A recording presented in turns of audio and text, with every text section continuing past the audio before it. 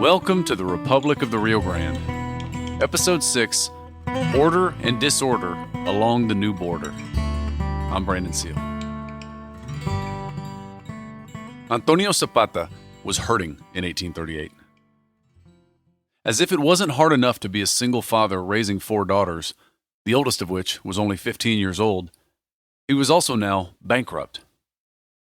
It's unclear if the government impounded his goods for violating their impossibly restrictive trade laws, or whether they'd requisitioned them to support the 2,000-man strong army that had taken up residence in the Rio Grande Villas following their defeat at the Battle of San Jacinto. And then, the French blockade began. On April 16, 1838, French warships sailed into the ports of Tampico and Veracruz, demanding the repayment of the losses endured by a pastry chef near Mexico City during the instability of the previous decade. And the consequences of this war certainly weren't trivial for the residents of the Rio Grande. First, the blockade threatened to cut off their access to world markets. But second, and worse, the specter of war and the loss of tariff revenue occasioned by the French blockade forced the Mexican central government to levy new taxes in June of 1838, which hit the long-suffering residents of the Rio Grande Villas particularly hard. If Antonio Zapata was like other people in the Rio Grande Villas at this time, he heard his frustrations articulated most clearly by his former lawyer and surveyor, Antonio Canales. Canales had been born to a family of some means in Monterrey, and he'd come to Camargo to make his name. Now 36 years old in 1838, he was a charismatic leader with a, quote, magnetic personality, end quote. Zapata had known Canales for 10 or 15 years by now, and had used him to purchase the nearly 20,000 acres worth of land that Zapata had acquired over the previous decade and lost in the previous year. It seems likely that Zapata and Canales also overlapped in their course of service in the local militia, of which Zapata was sort of the default commander by 1838. But by 1838, Canales had found his calling as a politician, most recently as a deputy in the Tamaulipas legislature, and then briefly as a senator for Tamaulipas at the federal level, where he earned a reputation as a radical Federalist. He had even flirted with joining the Texians in their revolt against the Centralist government in 1835, but pulled back when he began to suspect that the Texians' goal was independence, rather than a Federalist reformation of Mexico at large. But now, he was loudly banging the drum of discontent within Mexico. Quote, "National liberty has been destroyed," end quote. One of his broadsides from August of 1838 was headlined.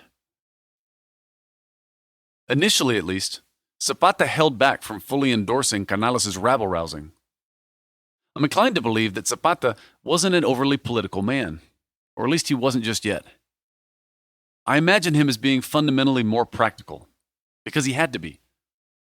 Old Sombrero Mantecoso, as his Comanche enemies called him, was a son of the Monte, a man who had risen up by the sweat of his own brow to a position of real respect, and he wasn't about to risk all that now at his most financially vulnerable moment.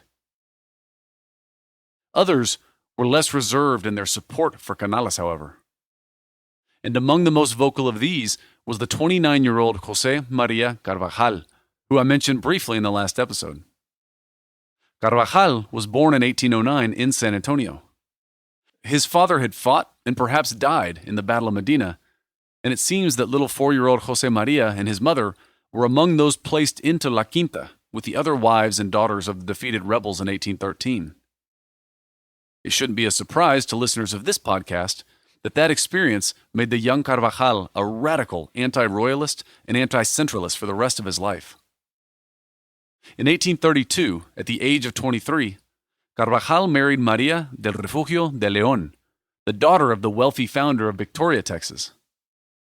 And just a few years later, in 1835, the now 26-year-old Carvajal served in the Federalist state legislature of Coahuila y Texas, and was initially a rabid member of the so-called War Party in Texas. In October of 1835, he rounded up as many cattle as he could, drove them to New Orleans, sold them, and bought $35,000 worth of arms to bring back into Texas to face the imminent Centralist attack. When a Mexican government schooner surprised him just as he was starting to unload in Lavaca Bay, however, Carvajal lost everything, for which he would never be reimbursed despite his attempts, But worst of all, Carvajal and his compatriots at Lavaca Bay were captured and carted off to prison in Matamoros, where he would spend 2 months in prison there in the infamous Casamata prison. Carvajal managed to escape, however, and was soon after elected to represent Victoria at the Texas Independence Convention at Washington on the Brazos. But Carvajal didn't go. He realized, like Canales, that the revolt in Texas had already gone a different direction. Carvajal had hoped that Texas might set off a more general Federalist revolt across Mexico, but an Anglo-dominated independent Texas, he knew, would have little concern for the fate of the rest of Mexico. Yet I want to make clear, too, that Carvajal was by no means anti-Anglo. Indeed, if anything, Carvajal might have been the most gringified, anglicized Tejano in the state at the time. You see, as a youth, Carvajal had been something of a prodigy, something which Stephen F. Austin had noticed very early on. The childless Austin took on the fatherless Carvajal and basically adopted him. At the age of 15, Austin sent little José María to Kentucky for schooling, where they apparently pronounced his name Josemura, which for some reason makes me smile. In Kentucky, Josemura worked for a brief period as a saddle maker, carrying on that centuries-old San Antonio leatherworking tradition, and then he went for 1 more year of schooling at a seminary in Virginia. During his years in the United States, Carvajal acquired a native fluency in English, a radical Protestantism, and an uncompromising admiration for Anglo-American political ideals. After the Battle of San Jacinto, with the massacres at the Alamo and Goliad still fresh on most Texians' minds, this wasn't enough to protect José María Carvajal. Despite the fact that Carvajal actually had a brother who died at Goliad, Carvajal and many of his in-laws were marched to the coast at gunpoint and loaded onto a ship for Louisiana. Incredibly, however, this didn't seem to engender in him any particular bitterness toward Anglo-Texians. If anything, it only heightened his hatred of centralism in Mexico, and he soon relocated to Camargo in the Rio Grande Villas. The fiery 29-year-old's, quote, great intelligence, end quote, and his face, quote, like a Scotch terrier, end quote, quickly made an impression in his new hometown, not least of which upon Camargo's most prominent Federalist, Antonio Canales. They quickly befriended one another and began to follow developments in other parts of Mexico with interest. Because earlier that summer of 1838, a Federalist revolt had broken out in Sinaloa, on the other side of the country. Centralist forces had quickly quashed that revolt, but the movement didn't die. It simply transplanted itself to the other coast, to Tampico more specifically, which was suffering from the effects of the ongoing French blockade. On October 7, 1838, the army garrison in Tampico declared for the reestablishment of federalism. Canales and Carvajal sensed that this was their moment of opportunity. The closest Centralist military commander to the Rio Grande Villas was now all consumed with putting down the revolt in Tampico, which meant that he wasn't paying any attention to the town of Camargo. This was the moment, Canales in particular realized, to make some noise. In later years, Antonio Canales would earn the nickname El Zorro del Chaparral, or the Brush Fox, which seemed to suit well Canales' native cleverness, which he memorialized in the words, quote, mientras la fuerza no pueda, que valga la justicia, end quote, which you could translate as, what force can't do, cunning can. And Canales was ready now to try a little bit of both. On November 3, 1838, Antonio Canales called a Federalist convention of 22 delegates from throughout the Rio Grande Villas. He named the fiery Carvajal his chief of staff and secretary to the convention. The convention met in Camargo and resolved, quote, to perish first before continuing to be a toy for the army, end quote. And they sent notice of their resolution directly to the commanding Centralist colonel. And then Canales, Carvajal, and their co-conspirators entered and took possession of the armory in Camargo. The same day, in a coordinated action, other co-conspirators did the same in Reynosa. This, of course, caught the commanding Centralist colonel by surprise, but preoccupied as he may have been with the events in Tampico, he wasted no time in responding to Canales' provocation. But as that Centralist colonel was closing in on Canales, Canales called another convention, this time on November 9th, inviting 38 representatives from Camargo, Reynosa, Mier, Guerrero, and Matamoros, including many of the commanders of the local militias, though not, we should note, Antonio Zapata.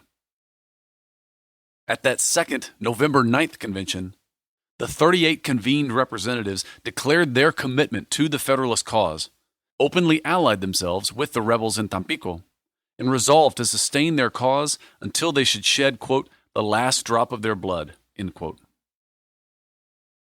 Over the course of just 6 days, Canales had transformed heated rhetoric into an open revolt. And over the next few days, 500 volunteers from throughout the Rio Grande Villas marched into Canales' camp and joined their destinies to the Rio Grande Federalist cause. Of course, this 500-man mob wasn't nearly enough to face off against the Centralist regulars descending now on Camargo. Canales, Carvajal, and the rest were forced to retreat north to the next town up the river, Guerrero, formerly known as Revilla, that ancient hotbed of federalism, hometown to Bernardo Gutierrez de Lara, and hometown, of course, to Antonio Zapata. Up until this point, Zapata had remained on the sidelines. Actually, the commanding Centralist colonel had been in active communication with him, flattering him, reminding him of his officer's commission from the government, and promising him opportunities if he would remain loyal to the Centralist government. As late as November 15th, Zapata was reciprocating, dutifully passing the Centralist colonel updates on the rumors of Canales' movements. Zapata knew all too well by this point the consequences of defying the government, the same government which had just taken nearly everything he owned. And further, he wouldn't lightly commit his community, a community that had suffered so much in the last few years, to a course of frivolous bloodshed and suffering. It didn't matter how well he knew Canales or any of the others marching toward Guerrero now. Zapata was accountable to his pueblo, in both senses of the word, to his town and to his people. And it was altogether unclear to him that Canales and Carvajal, in all of their flowery proclamations, held out anything good for the residents of Guerrero. The scene was set for a showdown. A showdown no less between two rising stars of the Rio Grande Villas, Antonio Zapata of Guerrero and Antonio Canales of Camargo, the sombrero mantecoso and the brush fox, poised for a face-off. In reality, however, it wasn't so much of a face-off as it was a decision for Antonio Zapata to make. So far, it had been Antonio Canales pushing events along and getting the Rio Grande Federalist revolt going. But it becomes clear the moment that Canales' army meets Zapata's irregulars outside of Guerrero that it's Zapata who held the future of the revolt in his hands. Because when Canales showed up outside of Guerrero with his 500-man mob, Zapata could have crushed him right then and there, or at least could have held him off long enough for the Centralist colonel to arrive. Or, as he realized, and undoubtedly as Canales realized, Zapata could let them pass into the safety of his town. Antonio Zapata, the mulatto son of a cowboy and a housemaid, was now the kingmaker in the Rio Grande Villas. But it was as clear to the commanding Centralist colonel as it was to the rebellious Antonio Canales that Antonio Zapata was the man that they needed on their side. Indeed, I can't help but wonder if maybe the reason that Canales retreated to Guerrero was precisely so that he could seek out a conversation with Zapata. If he'd really thought he'd have to face off against Zapata militarily, he'd never have done it. No, I like to think that Canales was actually marching toward Zapata. And this is probably because Canales had the confidence that it wouldn't take much for him to appeal to Zapata's own frustrations. Canales and everyone else knew Zapata's strained financial situation. And so yes, Canales could have listed out for Zapata his grievances, the presence of an enormous Centralist army that refused to actually defend their citizens against hostile natives and raiding Texians, the forced requisitions of private property required to support that army, the arbitrary prohibitions promulgated by the Centralist commanders preventing residents of the villas from even accessing their ranches north of the Rio Grande, and now new onerous taxes that promised to funnel more money out of the already poor Rio Grande villas back into the Centralist government that was so abusing them, etc., etc. But Zapata knew this. Zapata had experienced it personally. In the words of Antonio Zapata scholar J.J. Gallegos, Zapata's decision on November 18, 1838, to allow Canales safe passage into Guerrero and to join his substantial name to the Federalist cause, quote, was the result of a pragmatic federalism instead of an ideological one. The ideology of federalism provided the rationale for rebelling, but what motivated the rebellion against centralism was the adverse impact of its policies on the Villas, end quote. Going back to an earlier point, we actually have no evidence of Zapata's ideology in 1838, or if he even had one. But surely Zapata could relate to Antonio Canales, to José María Carvajal, and to the other men in their party as neighbors, men with whom he'd shed blood in the defense of their communities since they were teenagers. And nothing like that could be said of the representatives of the centralist government. And so Antonio Zapata offered his sword once again in the service of his community, this time in the Federalist Revolt of 1838. Antonio Canales gave him a commission as a lieutenant colonel and gave him command, too, of all the mounted forces of the new Northeastern Federalist Revolt. In a region that so prized horsemanship, in which had perfected mounted warfare, this was the most esteemed military post that Canales could offer.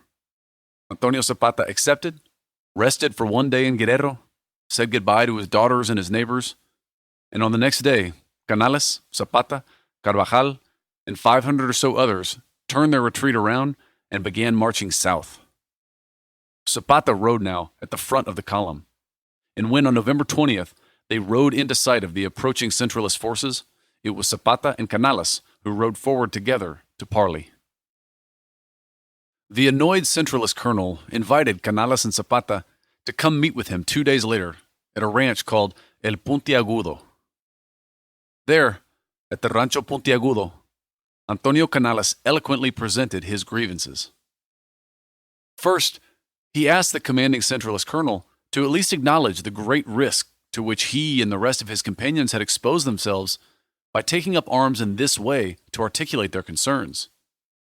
The fact that they were willing to take such a desperate measure, he hoped, was proof to the centralist colonel that, quote, there remains for them no other recourse, end quote.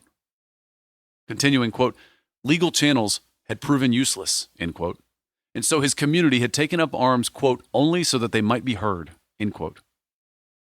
Their principal grievance, Canales clarified, was the new tax law of June 9th. How did the government expect a bunch of ranchers, who had, by the way, just now been forbidden from even accessing their ranches on the north side of the Rio Grande, to pay some new tax? Plus, the colonel knew as well as anybody that centralist soldiers had already requisitioned nearly everything that the poor Rio Grande Villas owned, even while still expecting those Villas to handle all the actual real fighting with the Comanches and Lipan Apaches that were raiding them.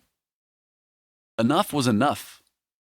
Canales informed the commanding centralist colonel that he was going to give them 12 days to redress his complaints, or else the Rio Grande Villas would have no choice but to fight. The centralist colonel was not moved. He told Canales and Zapata and the rest of the Rio Grande Federalists to lay down their arms and return to their homes. At some level, Canales must have expected that this would be the result. Obviously, an army colonel stationed at the remote corner of Mexico couldn't change tax laws. And so maybe this was just all part of some theater to justify the larger revolt that Canales and now Zapata were planning. And if so, it was rather artfully done, because unsurprisingly, 12 days later, the commanding centralist colonel had done nothing to redress Canales' complaints. And so, now fully justified, Antonio Canales, Antonio Zapata, and the Rio Grande Federalists launched themselves into open revolt against the centralist government of Mexico. 3 things happened next. First, with the bilingual Carvajal's help, Canales wrote to the newly installed second president of the Republic of Texas, Mirabeau Lamar, and began lobbying him for men and resources to fight their old common enemy, the centralist government in Mexico City.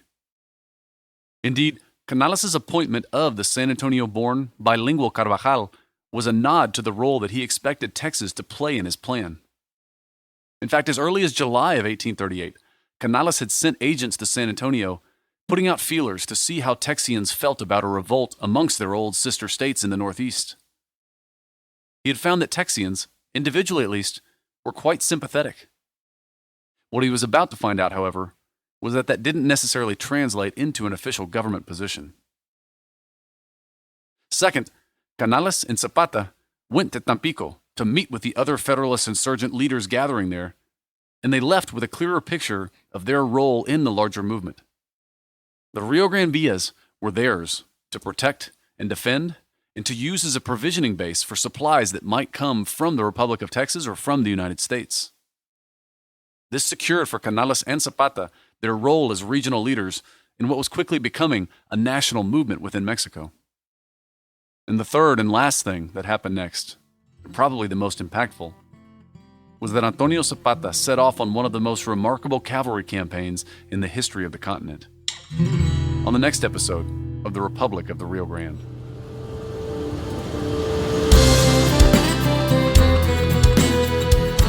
Thank you for listening.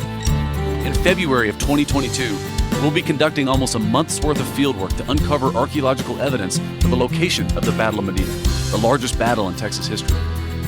If you want to learn more about the battle, go back and listen to Season 2 of this series. If you want to learn more about our search and our partnership with the 501c3 American Veterans Archaeological Recovery Project, go to www.brandonseale.com. Editing for this episode was provided by Susana Canseco.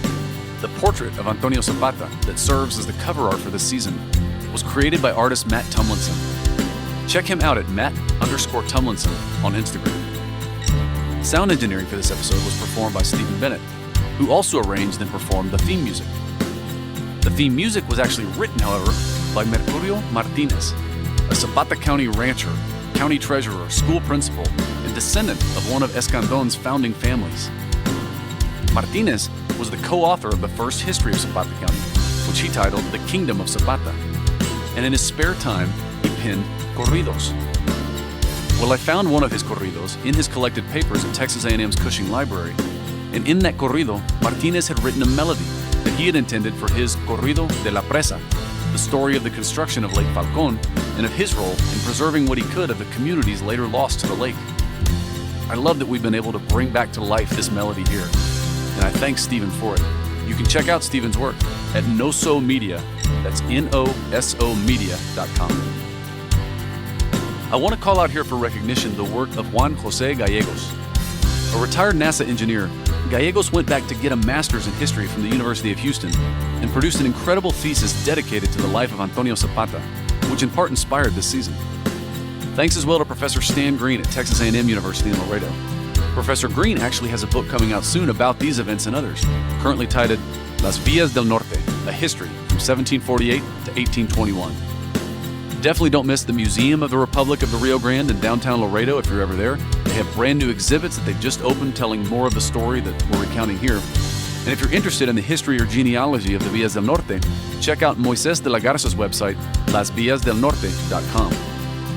Thanks additionally to Cesar Hinojosa, my touring buddy for these old towns in Mexico, and descendant himself of some of the first founders of the Lower Rio Grande. And thank you to Javier Cervantes with the Tapilan Coahuiltecan Nation, and Juan Mancias with the Carrizo Come Crudo Nation for their guidance too. For more information generally, check out our website at www.brandonseale.com.